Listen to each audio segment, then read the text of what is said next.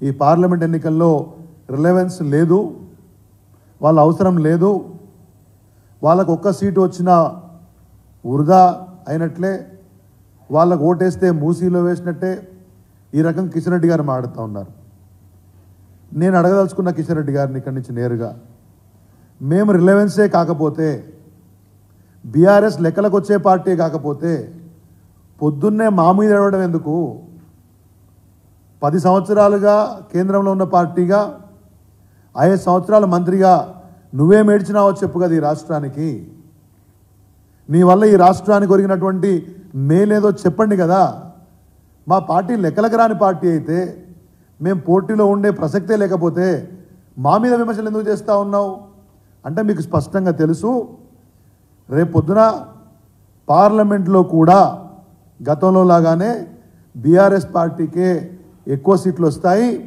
కాంగ్రెస్ యొక్క మొన్నటి ఫలితం కానీ, మీ యొక్క పటాటోపం కానీ పాల పొంగనే విషయం మీకు తెలుసు కాబట్టి పొద్దున్న లేస్తే మమ్మల్ని టార్గెట్ చేస్తూ ఉన్నారు. ఇంకా విచిత్రం ఏంటంటే, కిషన్ రెడ్డి గారి యొక్క పార్లమెంట్ సెగ్మెంట్లో 7 అసెంబ్లీ సీట్లు ఉంటే ఒక్క సీట్లు కూడా బీజేపీ గెలవలేదు.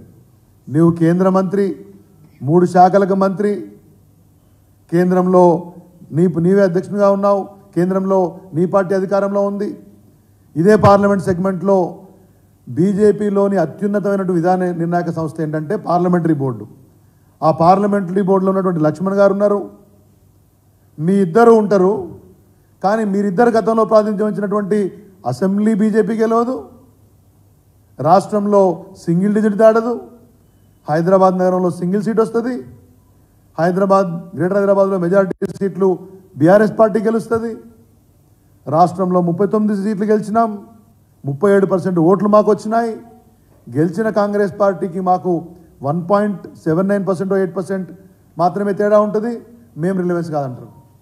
ఎవరైనా తలకాయ మీద మెడకాయ మీద తలకాయ ఉన్నటువంటి వ్యక్తులు ఎవరైనా ఉంటే ఇటువంటి మాటలు మాట్లాడతారా?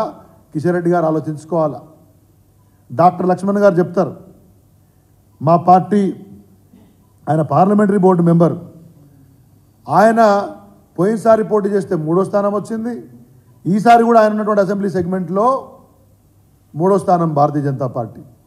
ఆయన పార్లమెంటు సీట్లు ఎవరు పోటీ చేయాలని నిర్ణయించే పార్లమెంటరీ బోర్డులో మెంబరు. ఆయన కూడా బీఆర్ఎస్ పార్టీ ఓన్లీ వ్యాపారులకి భూములు ఇచ్చారు, మేము విచారణ చేస్తాము. ఇదే పాట బండి సంజయ్ మాట్లాడతాడు, బీఆర్ఎస్ పార్టీ బలహీనమైందని మాట్లాడతాడు. బలహీనమైన పార్టీ చేతిలో ఎట్లా ఓడిపోయినావురా నాయనా నువ్వు అంటే దానికి మాత్రం సమాధానం చెప్పారు. నేను చెప్పొచ్చేది ఏంటంటే, రోజు మమ్మల్ని తిట్టడం కాదు, చేతనైతే మీకెందుకు ఓటేయాలి తెలంగాణ రాష్ట్రంలో ప్రజలు అని కిషన్ రెడ్డి గారు కానీ, లక్ష్మణ్ కానీ, సంజయ్ గారు కానీ చెప్పాల్సినటువంటి అవసరం ఉంది. ఇవాళ ఎంత రేషం లేకుండా బ్రతుకుతున్నారంటే, 10 సంవత్సరాలు అక్కడ మీరు కేంద్రంలో అధికారంలో ఉన్నారు. ఈ రాష్ట్రం ఏర్పడినప్పుడు విభజన చట్టం అని ఒకటి ఉంది. ఆ విభజన చట్టంలో అనేక అంశాలు తెలంగాణ రాష్ట్రానికి రావాలి. పోయినసారి రాష్ట్రం నుంచి మిమ్మల్ని 4 ఎంపీలుగా గెలిపించినారు. కిషన్ రెడ్డి గారిని సికింద్రాబాద్ పార్లమెంట్ ప్రజలు గెలిపించి కేంద్ర మంత్రిని చేసినారు. ఒక్కటంటే ఒక్క విభజన హామీనైనా సాధించినావా? అది చెప్పి ఓటాడడానికి రా. కాజీపేటలో రైల్వే కోచ్ ఫ్యాక్టరీ కోసము తెలంగాణ ప్రజానీకం ఎదురు చూసింది, సాధించినావా? సాధించి ఉంటే పోయి వరంగల్ ప్రాంతంలో వెళ్ళి ఓట్లు అడుగు. ఇక్కడ కనీసం భువనగిరిలో ఎయిమ్స్ కంప్లీట్ కాలేదు, దానికి కావాల్సిన నిధులు ఇప్పించలేదు పూర్తి స్థాయిలో. అది ఇప్పించి ఉంటే ఇక్కడ వచ్చి ఓట్లు అడుగు. సికింద్రాబాద్ పార్లమెంట్ ప్రజలు మిమ్మల్ని గెలిపిస్తే కనీసం ఇక్కడ ఒక ఇటుక పెట్టలేదు ఎక్కడ కూడా.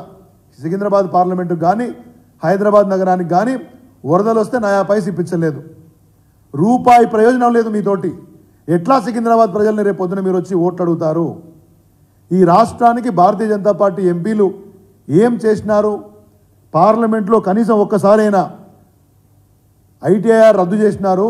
మీరు వచ్చిన తర్వాత ఐటీఐఆర్ ఏర్పరిస్తే, ఇన్ఫర్మేషన్ టెక్నాలజీ ఇన్వెస్ట్మెంట్ రీజన్ వస్తే 30-40 లక్షల ఉద్యోగాలు పరోక్షంగా ప్రత్యక్షంగా వస్తాయి.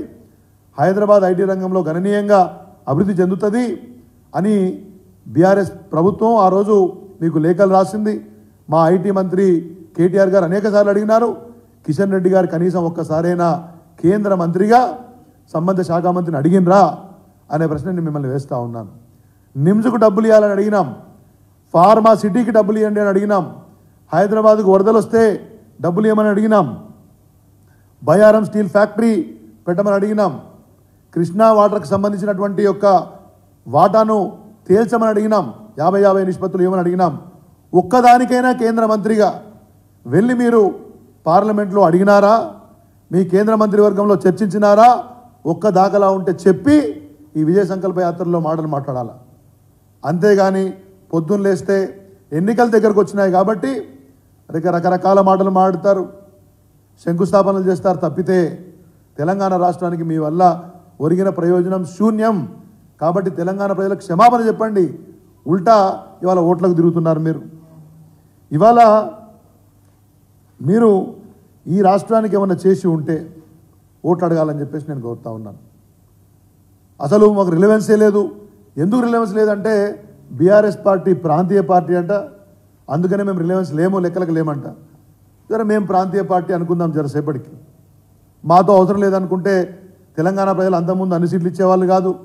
పోయినసారి 9 సీట్లు వచ్చేటివి కాదు మాకు పార్లమెంట్లో. మేము రిలవెన్సే లేవనుకుందాం, ప్రాంతీయ పార్టీలు అవసరం లేదనుకుందాం. ఎందుకు నీ ఎన్డీఏలో అన్ని ప్రాంతీయ పార్టీల కాళ్ళు మొక్కి మరీ తెచ్చుకుంటున్నావు? ఇవాళ ఏదో 400 సీట్లు కావాలని చెప్పేసి దేశమంతా ఎక్కడెక్కడ పార్టీలు అందరితో పొత్తు పెట్టుకునే ప్రయత్నం చేస్తున్నావు. ప్రాంతీయ పార్టీల అస్తిత్వాన్నే మీరు గౌరవించినప్పుడు మరి ఎందుకు మీ ఎన్డీఏలో 20కి పైగా ప్రాంతీయ పార్టీలు ఉన్నాయో మీరు చెప్పాల్సినటువంటి అవసరం ఉంది. కాబట్టి నేను ఒక్కటే భారతీయ జనతా పార్టీ నాయకులను అడుగుతా ఉన్నాను, మీరు కళ్ళబొల్లి మాటలు చెప్పి 4-5 కేంద్రంలో అధికారం ఉంది కాబట్టి 5 రథాలు వేసుకొని నేను ఎవరిని కూడా అవమానించను. పొద్దున్న లేస్తే కొత్త బిచ్చలాగా తయారు కావడం కాదు, రోడ్లెంబడి తిరగడం కాదు. చేతనైతే దమ్ము ఉంటే తెలంగాణ రాష్ట్రానికి పోయిన 10 సంవత్సరాల్లో దొంగ లెక్కలు చెప్పడం కాదు. ఒక ఆయన 2.5 లక్షలు ఇచ్చినామంటాడు, ఒక ఆయన 3.5 లక్షల కోట్లు తెచ్చినామంటాడు. అనామతుగా జాతీయ ప్రాజెక్టులో భాగంగా వచ్చేటటువంటి రైల్వే స్టేషన్లు, రహదారుల ముచ్చట్లు చెప్పకుండా కొత్తగా ఏర్పడినటువంటి రాష్ట్రానికి అదనంగా ఏం తెచ్చినారో చెప్పండి. సికింద్రాబాద్ పార్లమెంట్ సభ్యుడిగా కేంద్ర మంత్రి అయినందుకు అదనంగా చేకూర్చిన ప్రయోజనం ఏమిటో చెప్పండి. బండి సంజయ్ కానీ, అరవింద్ కానీ, స్వయం బాపురావు కానీ వాళ్ళ నియోజకవర్గాలకు అదనంగా ఏం సాధించారో చెప్పండి. విభజన చట్టంలో ఉన్నటువంటి హామీలను ఒక్కటి ఎందుకు సాధించలేదో తెలంగాణ ప్రజలకు సమాధానం చెప్పండి. పోనీ కనీసం మీకేమైనా రేషం పౌరుషం ఉంటే ఈసారైనా ఏం చేయగలుగుతారో ఆ విభజన చట్టంలో అవన్నీ చెప్పి ప్రజల ముందు ఓట్లకు రాదని. కానీ పొద్దున్న లేస్తే బీఆర్ఎస్ పార్టీని తిట్టాలి, మాకు రిలవెన్స్ లేదని చెప్పాలి, లేకపోతే కేసీఆర్ గారిని తిట్టాలి. ఇవన్నీ మాటలు మాట్లాడడం ఏంది, ఏ రకంగా కరెక్టో బీజేపీ నాయకులు చెప్పాలి. పొద్దున్న లేస్తే నేను చూసినా మన కిషన్ రెడ్డి గారు బీఆర్ఎస్ కోటేస్తే మూసీ నదిలో వేసినట్టే నీవు 15 ఏళ్ళు ఎమ్మెల్యేగా ఆ మూసీ నది పక్కన అంబర్పేటలో నాయకత్వం చేసినావు. మరి మూసీ నది బాగుకాడానికైనా మేము ప్రభుత్వంలో ఉన్నప్పుడు కేసీఆర్ గారు Musi river front development corporation పెట్టినారు. ఇవాళ మూసీని బాగు చేస్తూ ఉన్నారు. మేము సంకల్పించాం, సరే ప్రభుత్వం ఏం ప్రయత్నం చేస్తుందో చూడాలి. కానీ నమామి గంగకి ఇచ్చినట్టు, ఆ గంగాను బాగు చేసినట్టు మరి మూసీ నదికి ఒక 100 కోట్లు ప్రకటించే ప్రయత్నం చేయించు. అట్నైనా ఓట్లాడుకు. రాష్ట్రానికి ఏమీ చేయను, గెలిపించిన సికింద్రాబాద్ పార్లమెంట్కి ఏమీ చేయను, కానీ బీఆర్ఎస్ పార్టీని తిడతాను, బీఆర్ఎస్ కోటేస్తే వృధా వేసినట్టే. మా సంగతి ఎందుకు భయ్, నీవేం చేస్తావో చెప్పని చెప్పేసి నేను కిషన్ రెడ్డి గారిని కానీ మిగతా బీఆర్ఎస్ పార్టీ నాయకులను, బీజేపీ నాయకులను కోరుతా ఉన్నాను. లక్ష్మణ్ గారు లాంటి వాళ్ళు కూడా పార్లమెంటరీ బోర్డు మెంబర్లో ఉన్నారు, జాతీయ స్థాయి పదవులు ఉన్నాయి, మీరైనా చెప్పండి. కాబట్టి నేను ఒకటే, 1 వేలు మా వైపు చూపిస్తే 4 వేలు మీ వైపు చూపిస్తాయి. ఇటువంటి చిల్లర మల్లల మాటలు, ప్రజల్ని ప్రభావితం చేయలేని మాటలు, కళ్ళబొల్లి మాటలు తగ్గించి ప్రజలకు ఏం చేస్తారో చెప్పి ప్రజల ముందుకు రావాల్సిందిగా నేను బీజేపీ నాయకులను కోరుతా ఉన్నాను.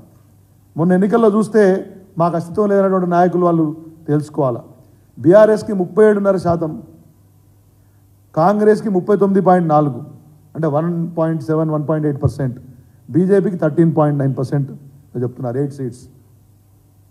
ఎట్లా మాకంటే ఎక్కువగా ఉన్నా అని చెప్పేసి మాట్లాడుకుంటారు అనే విషయాన్ని ప్రజలు ఎవరు కోరుకున్నారు? హైదరాబాద్ నగరంలో జరిగిన అభివృద్ధి ఎవరితో జరిగింది? ఇన్ని ఫ్లైఓవర్లు ఎట్లా వచ్చినాయి? ఇన్ని రోడ్లు ఎట్లా వచ్చినాయి?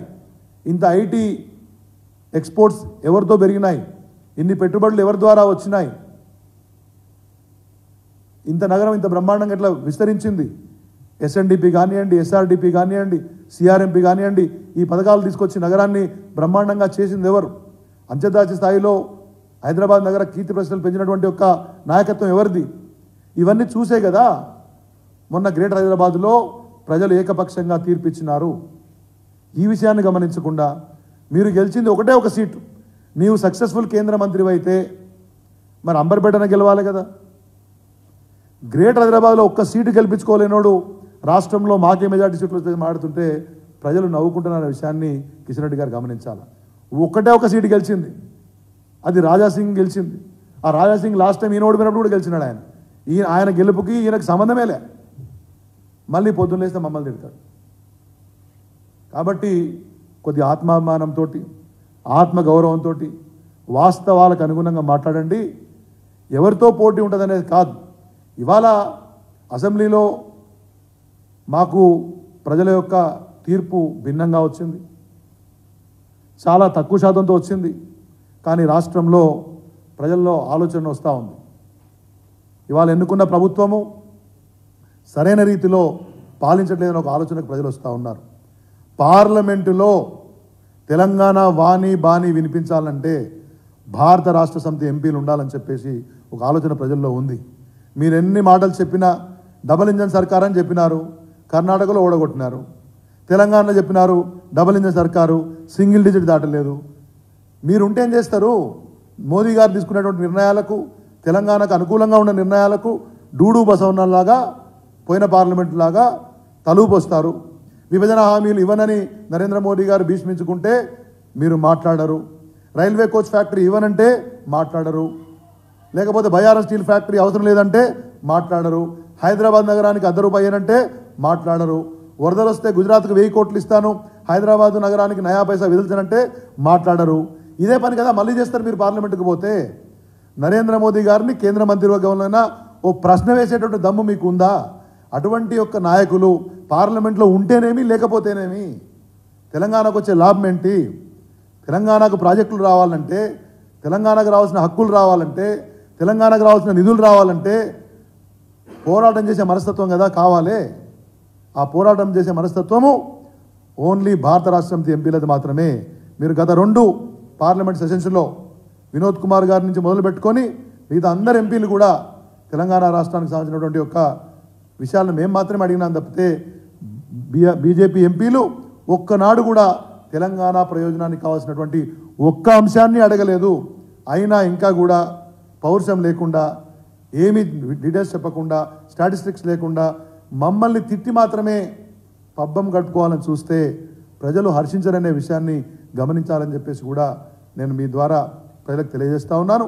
ఇప్పటికైనా ఏం చేశారు, ఏం చేస్తారు అని చెప్పండి. ఇంతవరకు మీరు విభజన హామీలు ఎన్నడూ కూడా పట్టించుకోలేదు. ప్రజలకు క్షమాపణ చెప్పి ముందుకు రండి. ఏదో మోదీ గారి గాలి మీద గెలుస్తాం, ఇంకోళ్ళ గాలి మీద గెలుస్తామంటే మోదీ గారు 2014లో ఉన్నారు, 18లో ఉన్నారు, 23లో ఉన్నారు, 24లో ఉన్నారు. మీరు మాత్రం రారు. మళ్ళీ మీరు, నేను చివరిగా చెప్తా ఉన్నాను, పోయినసారి మీకు వచ్చిన సీట్లు రీటైన్ చేసుకుంటే అదే భారతీయ జనతా పార్టీ గొప్ప.